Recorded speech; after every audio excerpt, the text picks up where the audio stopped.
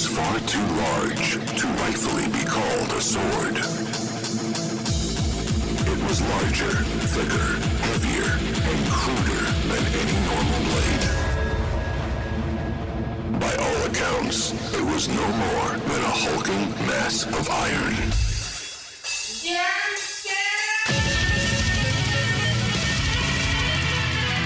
But what about the trickster domain? The nature domain. No. No. Is that from Parts Unknown? From Parts Unknown, it is the nature domain and the trickster domain. That's hilarious. Well, last time we were talking about this, you were going to talk about nature domain, and you left me disappointed, man. So maybe that's what we're. Hey, is that on? Is that mic on?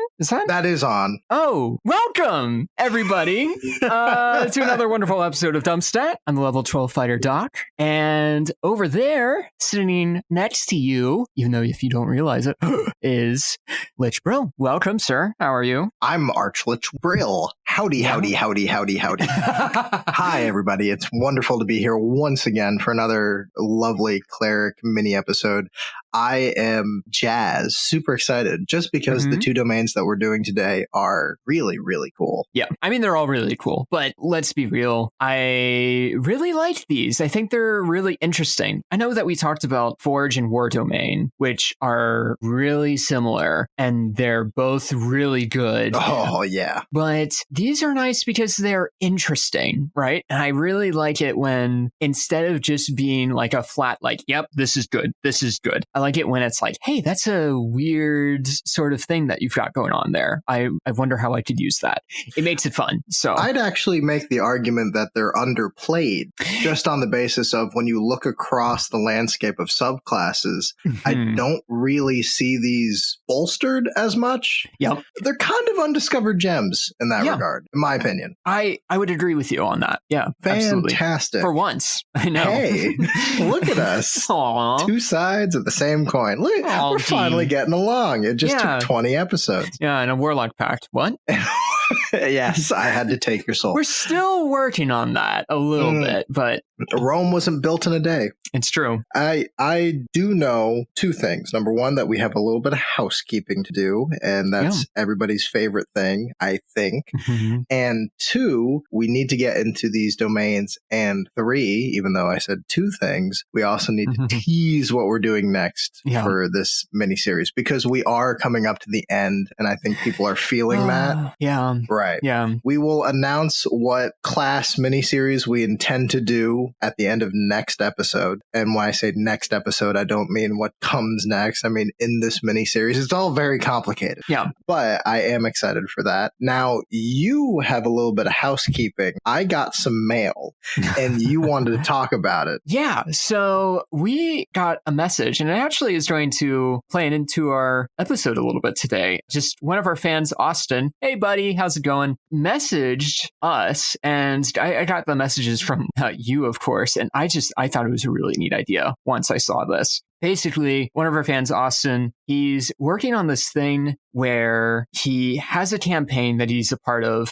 and he's going to have two characters that are kind of involved in this campaign. I'm not sure if it's a West Marches situation or, something like that, but the characters are essentially of the same origin and backstory. Ooh. But they kind of have this like division, and one is lawful good and the other one is chaotic evil. And the one is going to be a nature cleric, and the other one is going to be a trickster cleric, of course. Ooh. And I really liked this idea, and he's hoping to work with his DM to make them dryads, which I like dryads. I think they're neat. So triple threat triad. Yeah. Yeah. Keep going. I just wanted to say, hey, Austin, thanks for sharing that with us. It's a really cool idea, and I wanted to share it here just because, it's a sick idea, and I think other people would enjoy it too. I do want to say, in his message, he said, hey, can you please do nature domain next? We're not just doing it because of you. You're not that love. Don't think about it. We had this planned the entire time. It's true. What? we're so wise. I'm kidding. I love him. I'm taking his soul. It's fine. Yeah. So in all intents and purposes, if you listen to us and you are really excited and you're like, oh my God, I want to hear more from these guys, do us a favor. You can message us with questions, comments, concerns, I don't know, about the podcast by going to any of our socials, going over to our email, which I believe the goblin will shout right about now because I can't think of it off the top of my head. DumpStatPodcast@gmail.com. And make sure that you say what's on your mind. And if you want to send us money, miniatures, or just love, talk to us. We can figure something out. Yeah. I do want minis. Yeah, that's fair. And I mean, we've been working with Mithril Armory. At this point, we're just about to finish this giveaway. Giveaway ends September 15th. With them. But they made these really cool foldable D20s and they gave us a bunch and we're sending those out to people. So really cool stuff. I don't know, just wanted to say that. I wasn't like paid or anything to say that. I was just like, it was a cool thing. So absolutely. Yeah. We're not paid. No, not at all. Cries. We're not paid at all. We're not at all. Not yet. Not yet. That is something we're working on though. That is. And probably should mention that too. If you're enjoying us, we frankly put a decent amount of money into doing this and to keeping the podcast up online. That stuff ain't cheap, nor is it free. But we decided, we should start something where like if people want to chip us a couple of bucks, they can do that, right? So we're working on something like that. We're probably going to do it through OnlyFans, because that's the only reasonable platform to do that on. Buy my goblin bathwater! But yeah, when we get that all sorted out and everything, we'll put that up. We're still going to be here. We're still going to be making podcast episodes and stuff. We're not selling our souls to some God, I don't know what would happen if like you sold your soul. That would be weird. Nothing. Yeah. When you die, nothing happens. I see. By the way, look out for the editor goblin's TikTok. That's right. So yeah, just no OnlyFans, no Patreon. Not yet. It's TikTok. It's TikTok. It's all TikTok. Yeah. Okay, I have this older person in my life. I'm not going to say who or where or what, but they are obsessed with TikTok. Oh. By the way, I'm a lich, so when I say they're an older person, we're talking eons. Oh, God. And he really wants to jump on popular dance crazes that are currently going on. Oh, God. And I think one of my favorite parts about the atmosphere of TikTok is that when you go on it, I've had to learn so much. Oh my God, the TikTok tomes. But it splits off into little communities. And one of the things that you immediately see is you see the section that is for people that are normal and young who are supposed to be using it. And then you can go out into the boonies and see the outcasts and these ancient like crones emerging from the gross depths going like, yes, I am going to dance to Jerry Lewis. And everyone's like, oh my God, go away. Yeah. I, for one, love the idea of more old folks jumping on TikTok. And by the way, if you're in an old folks home right now and you're listening to us, first off, congratulations. The internet is hard. Yeah. Number two, do us a favor, give us a like, share, subscribe, and most importantly, make sure when you see the light, walk into it. Okay, let's get into it. Yeah, that's right. Yeah. Good. Yep. Okay. Yep. So first on our agenda here, because clearly I have a big stack of papers that I have my agenda on. We've got these domains that we're talking about and almost finished, which is cool. First up on the list, Arcana. Ooh. This one snuck past me, right? Because I was looking through the list of like, okay, what haven't we talked about yet? What do we need to do next? And I saw Arcana sitting there. And I'm like, where is this from? And you and I, before we got on here, actually spent like 10 minutes just going through D&D Beyond, just trying to figure out where this was. And I was going through Google. Don't you people ever say we don't do our research. Right? We did 10 fucking minutes. You understand? I've never done that for any kind of class. Right. Oh my God. Yeah, it's true.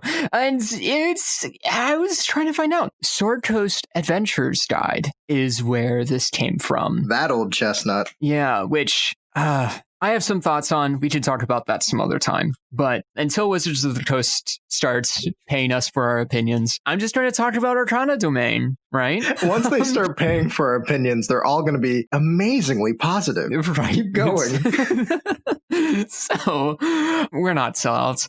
Arcana domain is what you want to be when you wanted to play a wizard, but you wanted more hit points, and the party needs a cleric. Yep. Let's be real. That's what this is. All right. The wizard and the cleric do a fusion dance right before that character is born, and they go fusion, ha, and they do the fingers, and they form this beautiful subclass that, frankly, I think most people are overlooking. Yeah, it's when a wizard and a cleric love each other very much. They decide to make your Arcana domain. Yeah. So, am I not good at the birds and the bees? Yeah, it needs work. But what we've got going on here is some really cool wizard spells added to the cleric repertoire and some neat abilities, right? It's neat. It's interesting. It's not amazing, but it's interesting. And like I said, I like that. So we're going to talk about it. First off, back up.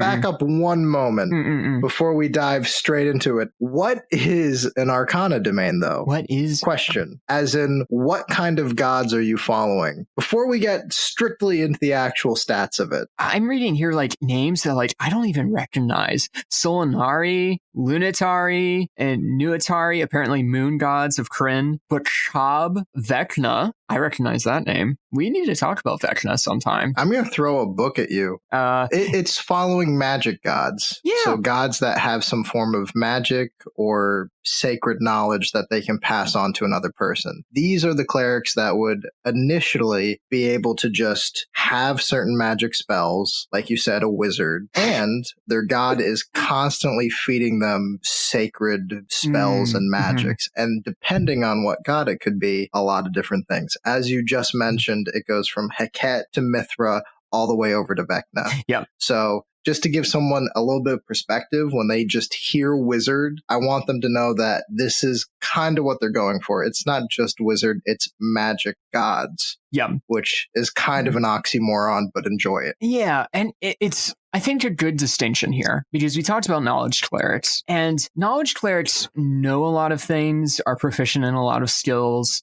and have some interesting wizard-like spells that are added to the repertoire. But the thing that makes it different with Arcana domain is Arcana is really more focused on the magic-y side of things, right? If you were a knowledge cleric of the realm of magic specifically, then you're more of an Arcana domain cleric, right? It's you know a lot of stuff about magic. You also practice magic a lot more as a specific class, right? Your dealio isn't going to be as much worshiping and spreading the good news. It's going to be more of that wizard style research and still worship, but also a little bit more research with the worship too. So Scientologist, no, I'm kidding. I was about to say you're a faith-based scientist. Magic in this world is science. So way to go. Yeah. But yeah, faith-based scientists, kind of what you're going for here. So back to the stats. So with that in mind, abilities. Let's talk about that first. Arcana Initiate, when you choose this domain at first level, you gain proficiency in the Arcana skill. See what I tell you, man? It's right here.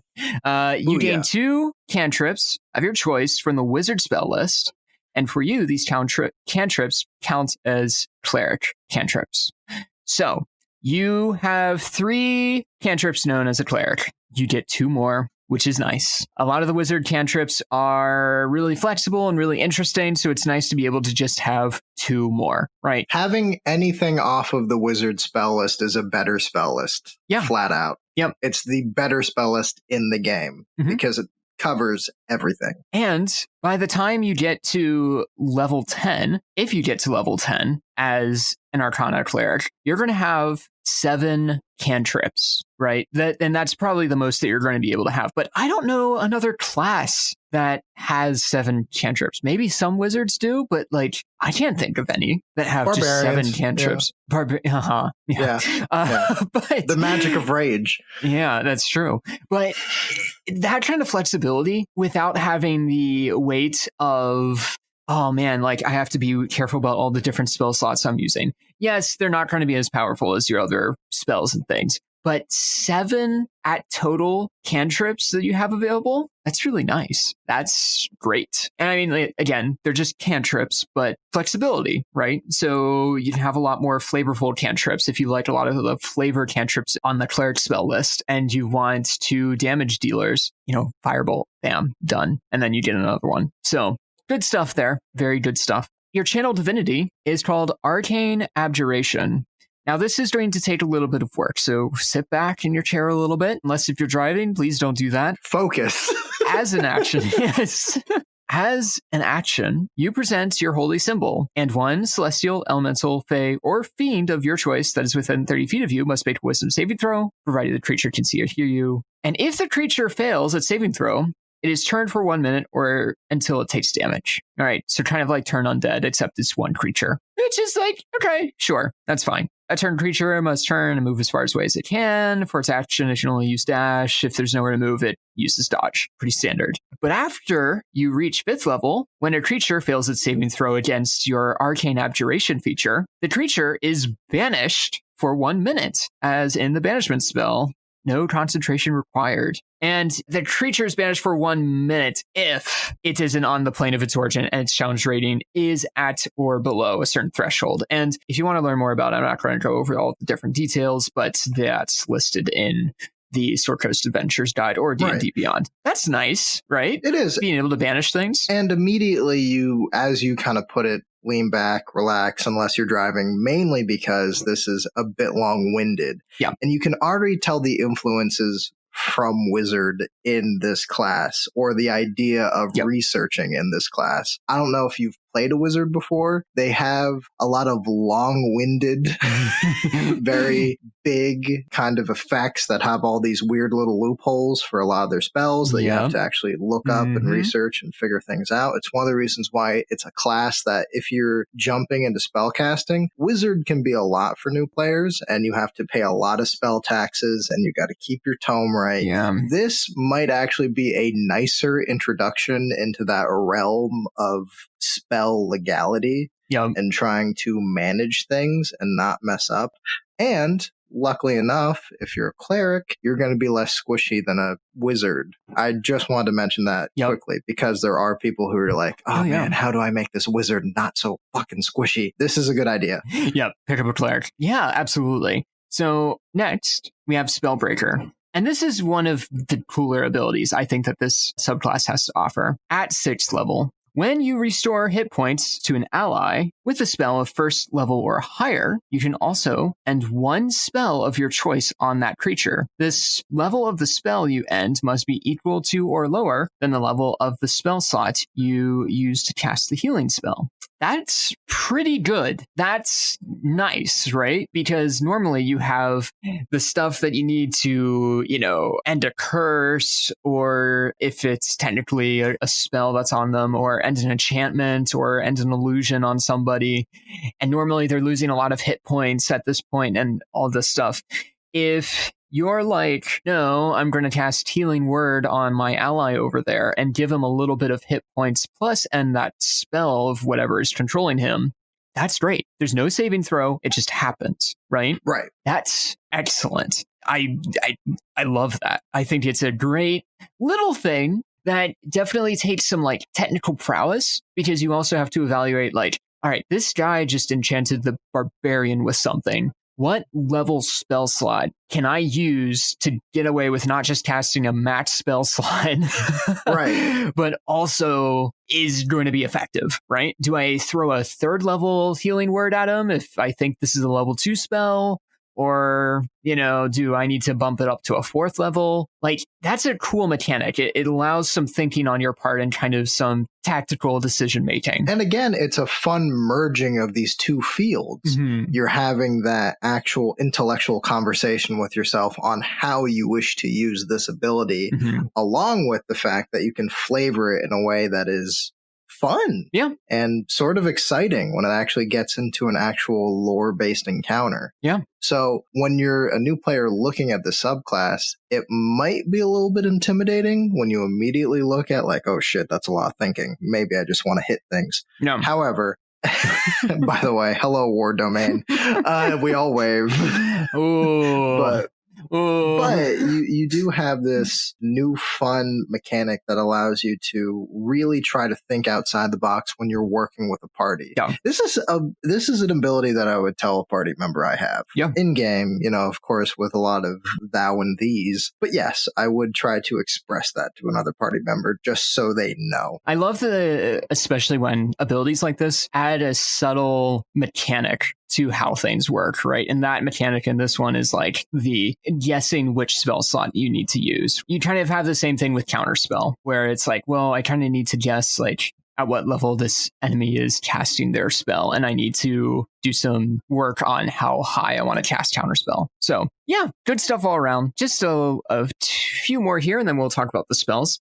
Potent spell casting, you add your wisdom modifier to the damage you deal with any cleric cantrip. That's good.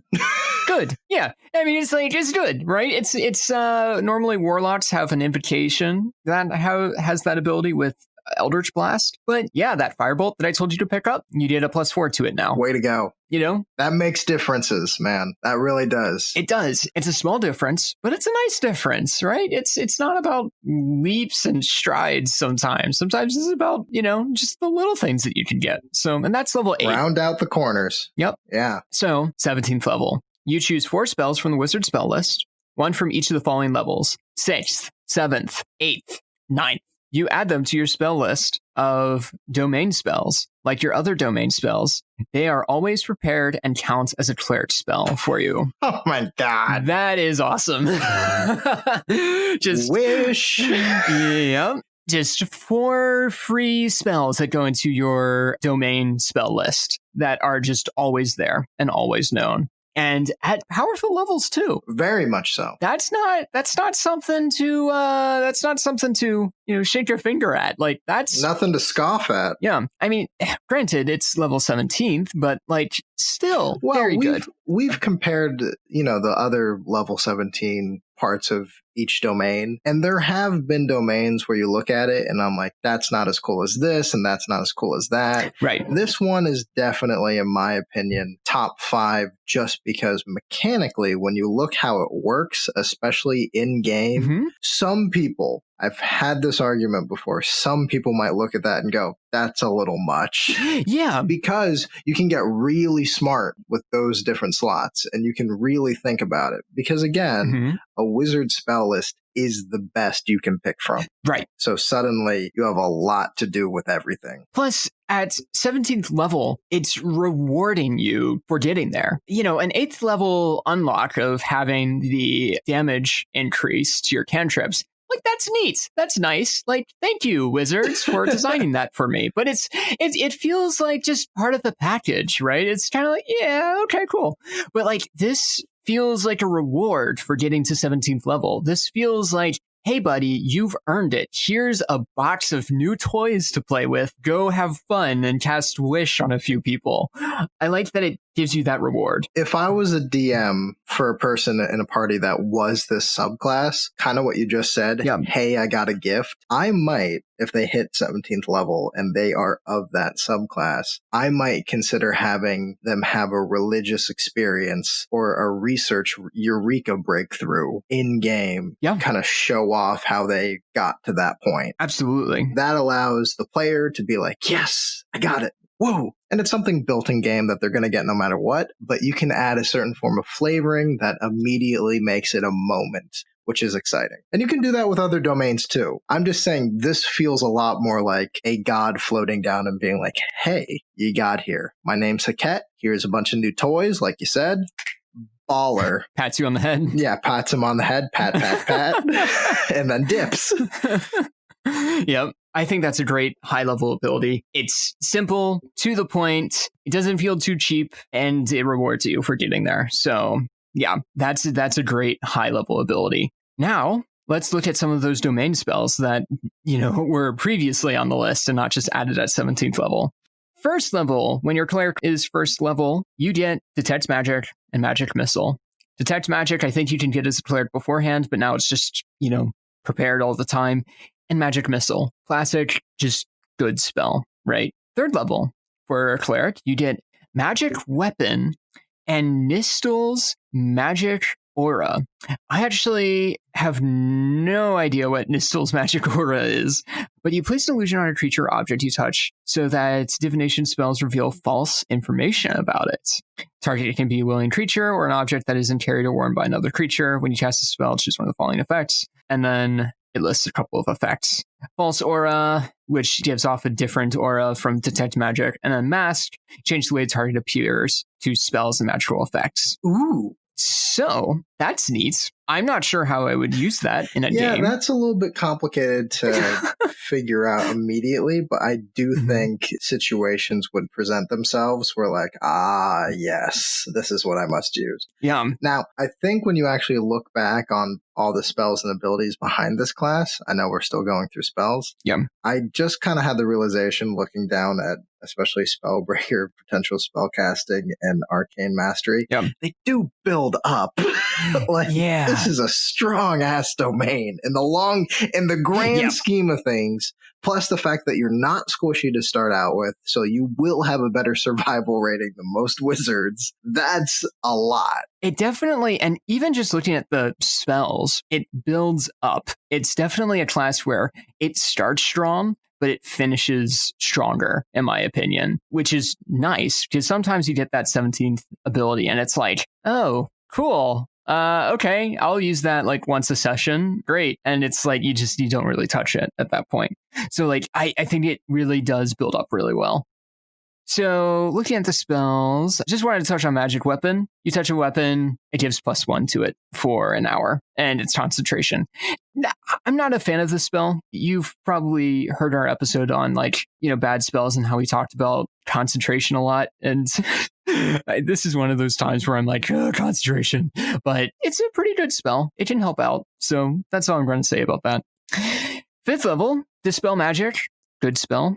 Magic Circle. You create the 10-foot radius, 20-foot cylinder, and, it's basically this, aura of protection, essentially. Decent spell, right? These spells that are below here are, all decent or good spells. But then, when you get to 7th level, you get Arcane Eye, which is great. Basically, just a floating magical eye that flies around, checks things out, spies on people. It's great for scouting dungeons. And then Lumen's Secret Chest, which, you need to hide a bunch of stuff in. Lumen's Secret Chest. It's great. It's a good spell. It's a good way to hide some of your secrets and things that you don't want other people grabbing. So, yeah, highly recommend it. And then at your Cleric 9th level, you get Planar Binding, which you bind some creature to your service, which is amazing and kind of goes alongside the Arcane Abjuration, except you're basically baiting someone to your will. And then Teleportation Circle, which, again, is also another really good spell to have, just to zip around places with your friends and family and loved ones. Dude, this spell list is nice. It's not one of the mouth-watering, drooling ones that we've seen, but it's definitely a good spell list, in my opinion. Absolutely. And the best part is with this actual spell list, when you look at it, this isn't just what you get, as mentioned before. You build off of this into different wizard lists. So, And of course, if 1 or 2 spells aren't necessarily to your liking, as we've always stated, talk to your DM, speak with them, make sure that you're hey, I know I'm a really dope-ass class right now, but this magic weapon, I don't like that much. Could you please change it? Yeah. And And perhaps the DM will go, no, you're pretty dope. Take the L. But on the other hand, there might be some wiggle room there. So I think that's something that you should always do with your DM. If you're looking at just the cleric spells that you get, not the prepared ones or anything else, and you go, I don't really love this, or I don't really enjoy what's going on right here, make sure that you're able to talk to your DM.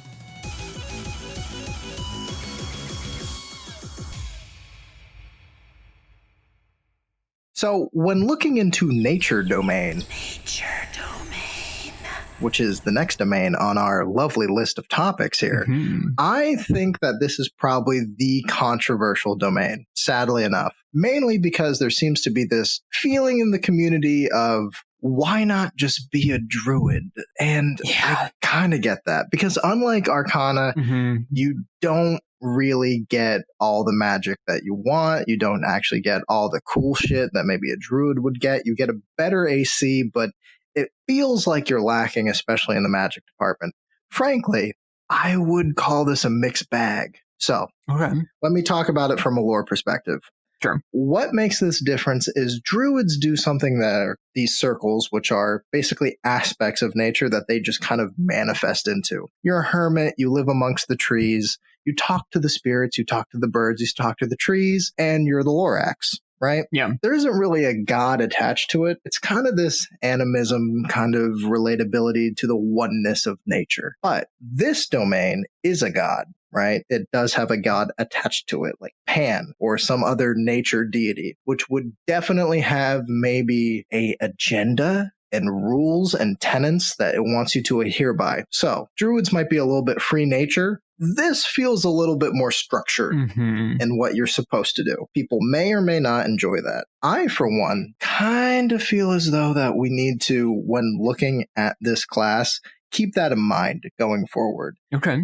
So that when players are deciding, do I want to do this domain or druid, they can figure that out in their head on whether or not they want to be answering essentially to someone or a priesthood. Yeah. But I do think the good thing about all that is you get this, I think the only way is to call it intense, lively love for some kind of deific version of nature. Okay. So this is where you get your Captain Planet a little bit. This is where you kind of get your eco-terrorist too. Just because your god might say, hey, those motherfuckers over there have been polluting this goddamn lake for the last 200 years. It's true. How It's true. about you done diddly smite those motherfuckers? And you go do so with your cool ass, aesthetically pleasing wooden armor mech suit, whatever. So looking at this mixed bag though, first on the docket, we are going to go into your first little bitty boo, which is the Acolyte of Nature. At first level, you earn one druid cantrip of your choice. You also gain I think it's called proficiency. Mister. My jaw just fell off in the middle of that sentence. You gain proficiency. There we go. Good. And one of the following skills of your choice: animal handling, nature, or survival. So here's why this is a good thing off the bat. Druids have a great cantrip list. So immediately you can pick from some of the best cantrips in the game. So that's good. Yeah. You also get your bonus proficiency at level 1, which is with heavy armor. So that's really dope. Yeah, that is really nice. So starting out early levels, this domain is immediately good, right? 1, 2, and starting into 3, you feel pretty dope. Things kind of turn a little bit. Oh. Channel Divinity starting at level 2. You can use your Channel Divinity to charm animals and plants. As an action, you present your holy symbol and invoke the name of your deity. Each beast or plant creature that you see within 30 feet of you must make a wisdom saving throw. If the creature fails its saving throw, it is charmed by you for 1 minute or until it takes damage. Now, this is highly situational, okay? Yes. If you're in the tundra, if you're in the desert, if you're in a biome that does not have a lot of plants or animals. If you're in nature. Right. Or you need to remember it is a beast. So beasts are not monsters, and this is something that trips people up. Yeah. Monstrosities are a different category than beasts. So a lot of times you feel as a nature person that you can talk to that wyvern. you can't. And I don't even think owl bears are beasts. No. Suddenly, you are stuck with animals in the real world, and you're not seeing a lot of those. Yeah, it's one of those things where there's a lot of monsters in the monster manual and in the other books. There's not a lot of like beasts, like just animals in these books and things. Unless if you have a DM that likes to run games in a zoo. That boring guy. You're not going to be seeing beasts a whole lot. And for that matter, there are plant things that can be charmed by you and that are categorized in the monster manual as like plant things. But like even blights, which are probably some of the most common low-level creatures, are, and I'm looking it up here, plants. They are plants. Okay. I was blowing smoke. They're plants. Never mind. Yeah, you can charm plants. So yeah, go after those plants. But here's the thing. You're not going to see a lot of those types of people, or not people, creatures. Yeah.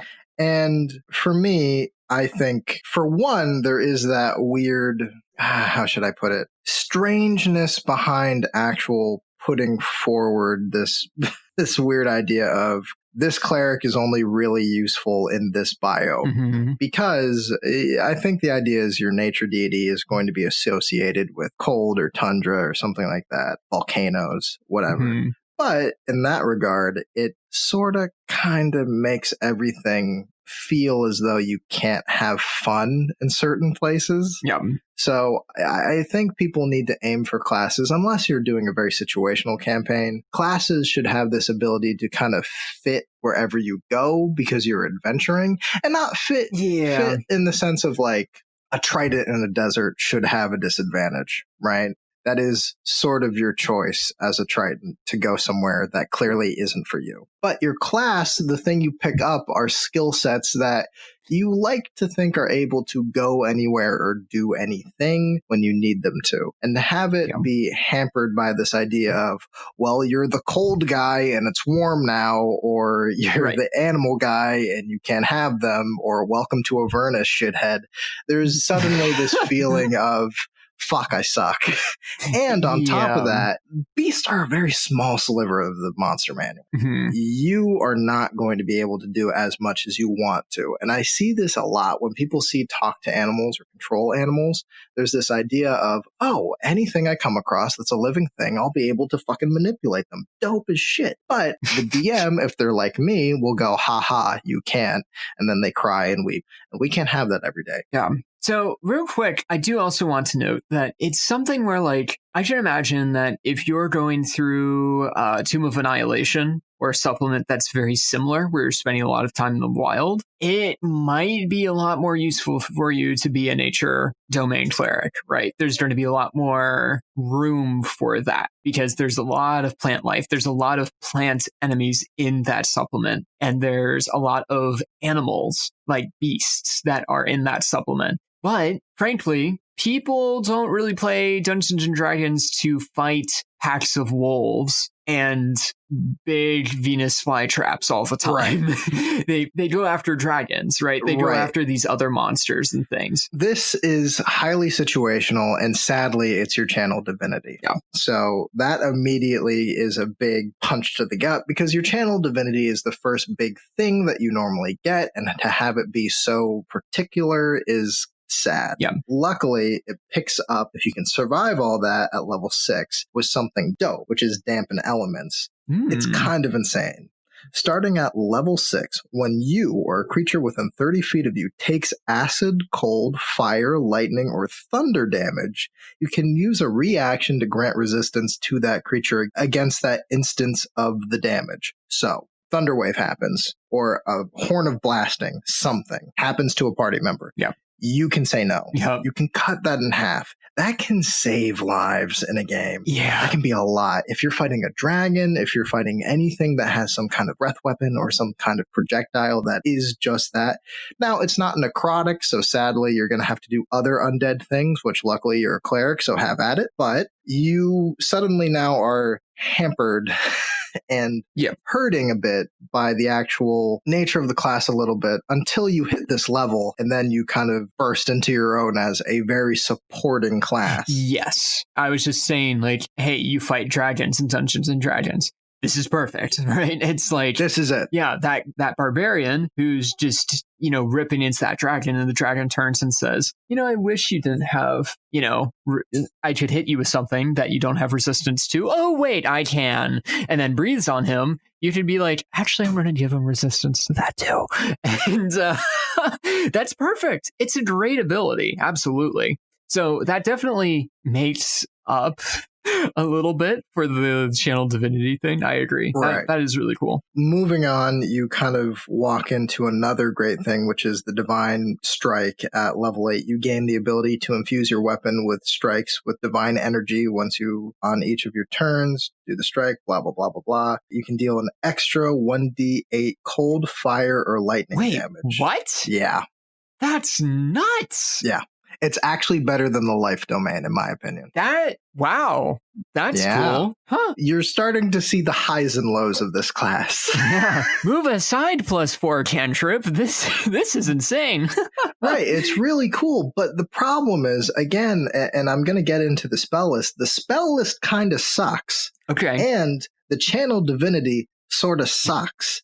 And the fact that there is something that is nature-based that is almost entirely better on every avenue makes this thing feel weird. It's kind of clunky. And I'd almost argue if the spells were a little bit better and if we had maybe more things considered to be beasts in the actual monster manual, or more beast in general in the game, I might make the argument that this would be better than a druid. Oh, wow. But unfortunately, at this very moment, it's very much not. Okay. It's very much not. Sure. And then finally, very highly, highly, highly situational is Master of Nature. At 17th level, you gain the ability to command animals and plant creatures. While creatures are charmed by your charm animals and plant feature, you can take a bonus action on your turn to verbally command what each of those creatures will do on its next turn. So, highly situational.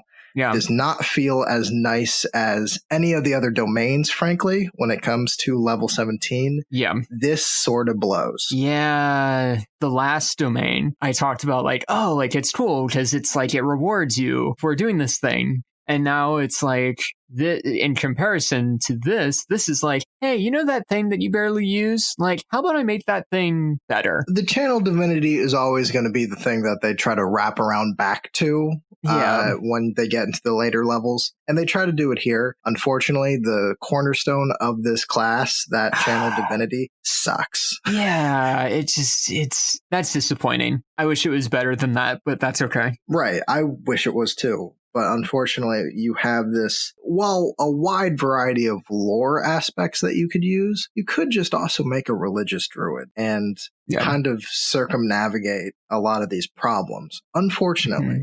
However, that higher AC is kind of nice. Yeah. But then Wild Shape kind of comes in and takes that out for all intents and purposes. Yeah. When we look at the actual mixed bag of the spells, early levels, like I said, your two abilities, that being Acolyte of Nature and your bonus proficiency, are nice, but your spell list is not. Again, animal friendship, speak with animals. Yep. Hi. We're back to it. Yep. We're stuck in this for a long ass time. Yeah. Then you move over to third, which is quite a bit better. Bark skin, is that concentration? I don't know if I would use that. Yeah, it is concentration. And it's the target's AC can't be less than 16. So it's good if you're casting on somebody else, but you can't use it on yourself if you're using heavy armor. Well, you could, but at the same time, you probably won't be using it on yourself. So, yeah.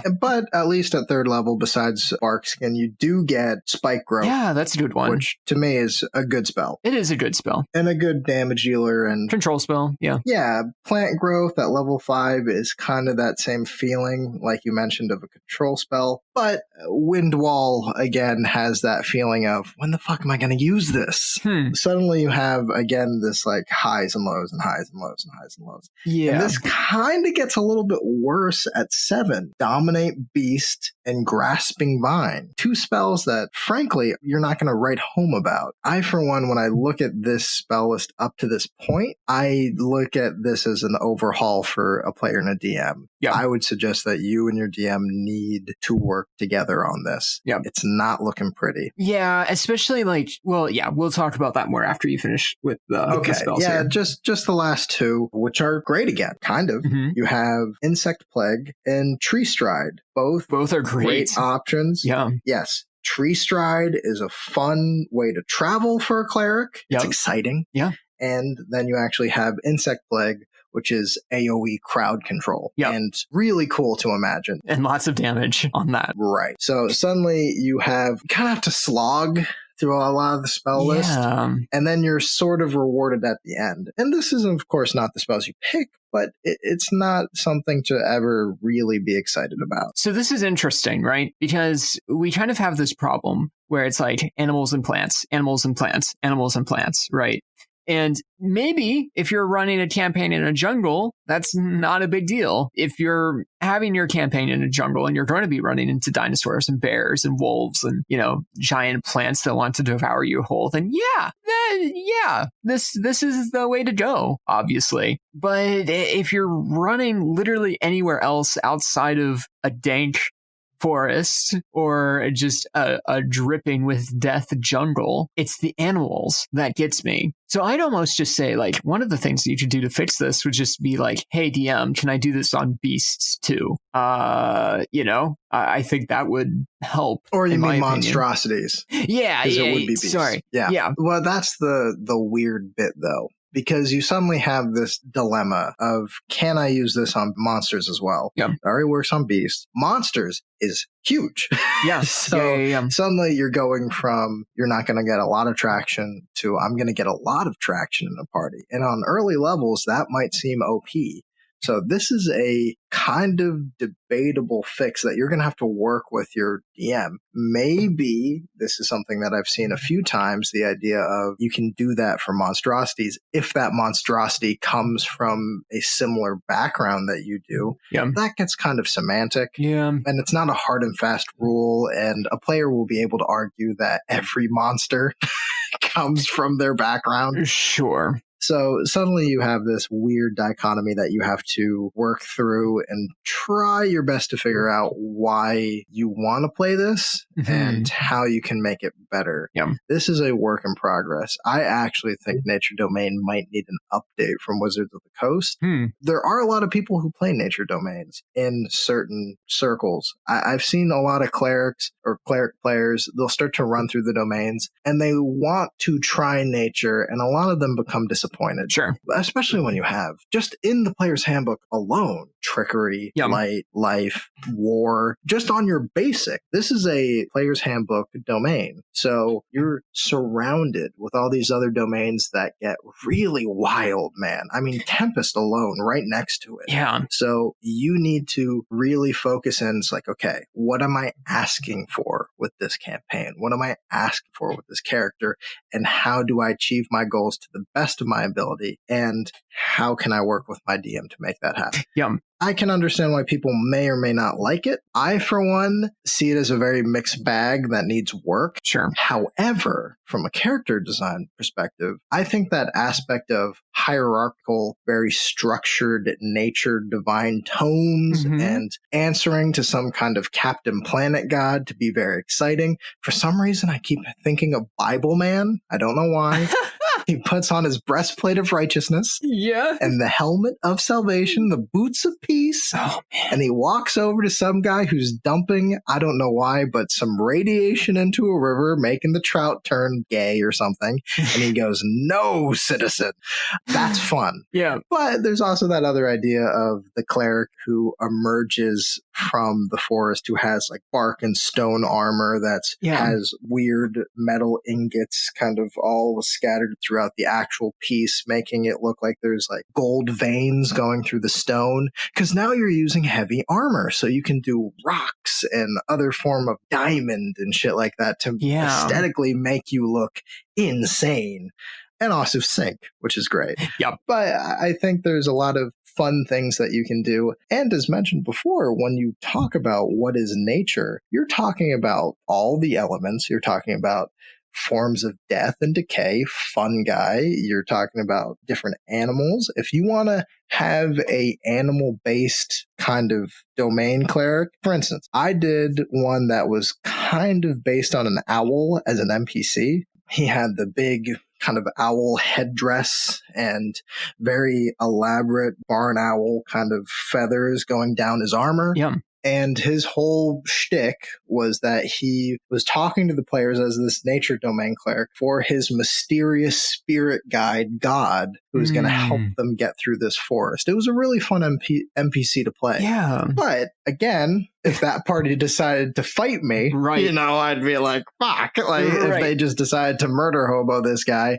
they could. Yeah. And frankly, that would have put me a little bit on the back foot for the actual campaign as a whole. So I don't think we should spend too much more time talking about nature domain, but I do have two ideas with the spell list to make it a lot better, right? First, I think you need to replace one of the first level spells with Goodberry. Goodberry is a nice healing spell. You're a cleric. You're healing people. Like, just do it, right? Animal friendship, get it out of there. Put in Goodberry. Knock that out. Yeah. Welcome to Goodberry, home of the Goodberry. Can I take your order? I'm sorry. Yeah. Keep going. I think that makes sense. I think it's thematically, of course, like relevant, and it's normally only available to druids and rangers, so why not put that in there as a domain spell that's always prepared? Seems to make sense to me. Then for your 7th level, I think some of the other ones, like, they're situational okay, and then the cleric level 7 is really disappointing. I'd say replace Dominate Beast with Blight, right? Which, I mean, yes, that's going to do the most damage when you focus on plants, but Blight you can use against anybody, and Blight is thematic again, right? I think that if you add in that, then the spell list sucks a lot less, because at least at every spell you're getting something that's like, like I can work with this, right? There's a toolbox here that I can do. So that's what I would say about the spell lists. And we can talk more about spells and other stuff another time. Man, maybe for our next bad spells episode, we just pull up the nature domain spell list and just talk about that instead. We could. I think there's also, I had one guy suggest that we just do clerical weapons and just talk about what looks good on a cleric aesthetically. Sure. But I don't know. I'm sorry. Ladies and gentlemen, my dog needs to poop and they will wait. My dog just comes in and he's like, hey man, I know that you're doing an episode right now, but I can't stop poop from coming out of my asshole, so could you please handle this? I don't have thumbs to stop it. So that's fun. That's exciting. But you have thumbs. I could. You know what? Let me just help her out. Okay. Yeah, everybody wanted that. Everybody wanted that joke. Awesome. I do also want to say something towards the Arcana, just to play around with the actual concept of a character. Sure. This is a domain that I hadn't really made a character for. Mm-hmm. As mentioned, it was a domain that kind of snuck up on us. Yeah. And I haven't seen a lot. But looking over the stats now, I think that the actual excitement behind the class that people could have is great. I think you need to have a good head on your shoulders to actually play it. Yep. And you need to actually think very far ahead of what aesthetically you want to do.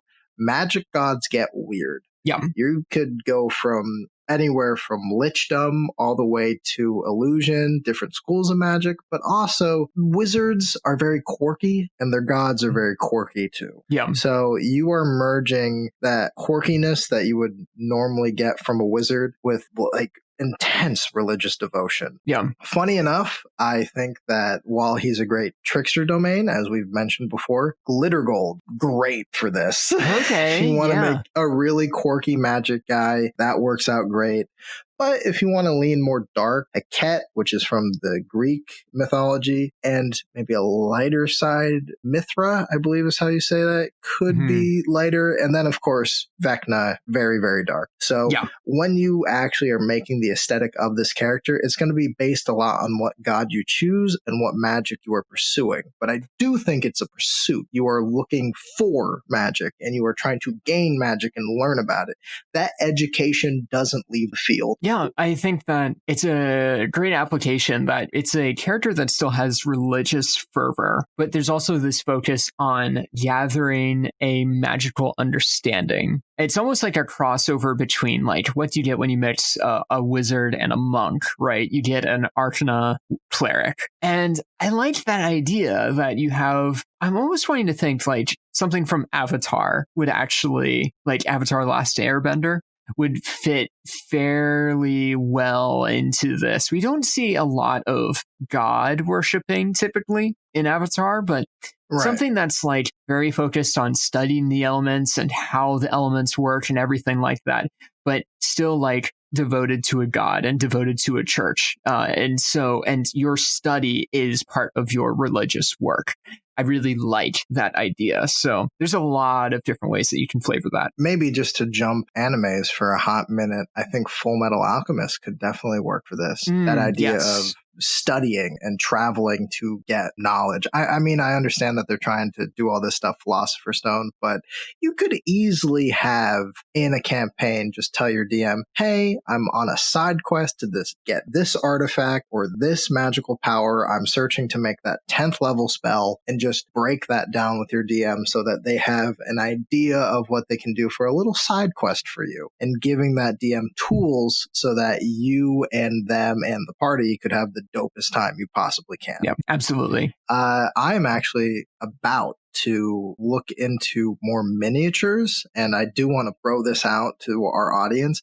If you have suggestions for miniatures for me, I know we're getting kind of wrapped up here with domains, and you have clerics that you want to show me, I've been looking at a ton of Warhammer 40k, and those are just big old clerics and power armor. Yeah. So if you have Warhammer, or if you have anything that is based on just cool clerics with interesting designs, please send them my way. Send them over to the actual page, post them, or just send us little links to them or anything. I want to see them. They excite me. Yes. Yeah. And I want you to then send them to me, and then I want you to cry because I will not love you back. Will not happen. Yeah.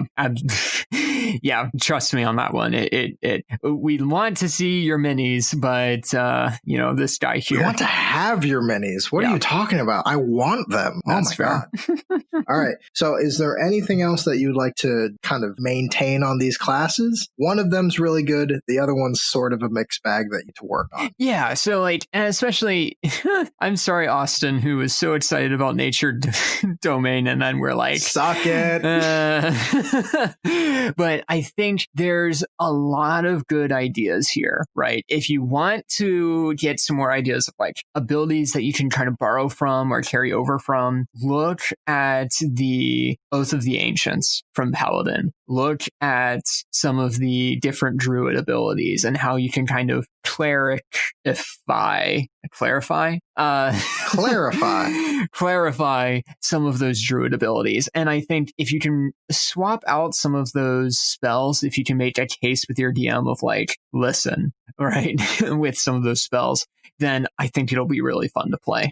Yeah, no, absolutely. But there does need to be that work. And I think that's a good thing to give people a heads up on. Yeah. I don't like saying that everything in a class is perfect. Sure. And we need to, as a, kind of as a community, admit to things that aren't exactly what we want. Yeah. And hopefully, I'm actually hopeful that in the future, maybe Wizards of the Coast will take a look back on some of the things they put in the player's handbook and go, maybe we can improve this. Yeah. Maybe we can change this. Maybe we can update it like they did for Ranger. Yeah. So that's sort of what I'm aiming for. Super down for that. So next episode, we're doing Order and Death. I think that's it. Let's see. We did. And I think that's it. I think after that, that's, Holy shit. That's a jam-packed episode. Everybody, please share, subscribe, stay tuned. It's exciting. All right. Thank you, everybody, for listening to us this week. You can find us on all our social media at Facebook, Twitter, Instagram, and, of course, the Goblins TikTok. We will also be on YouTube. Please like, share, and subscribe. And thank you. Everybody, good night. Bye-bye.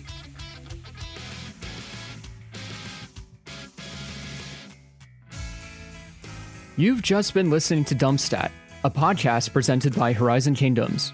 Horizon Kingdoms is a Dungeons & Dragons 5th edition server that's free to play. Find us on Facebook, Twitter, and join up on Discord to join in on a new adventure. For more DumpStat, be sure to find us on your favorite podcast platform and subscribe.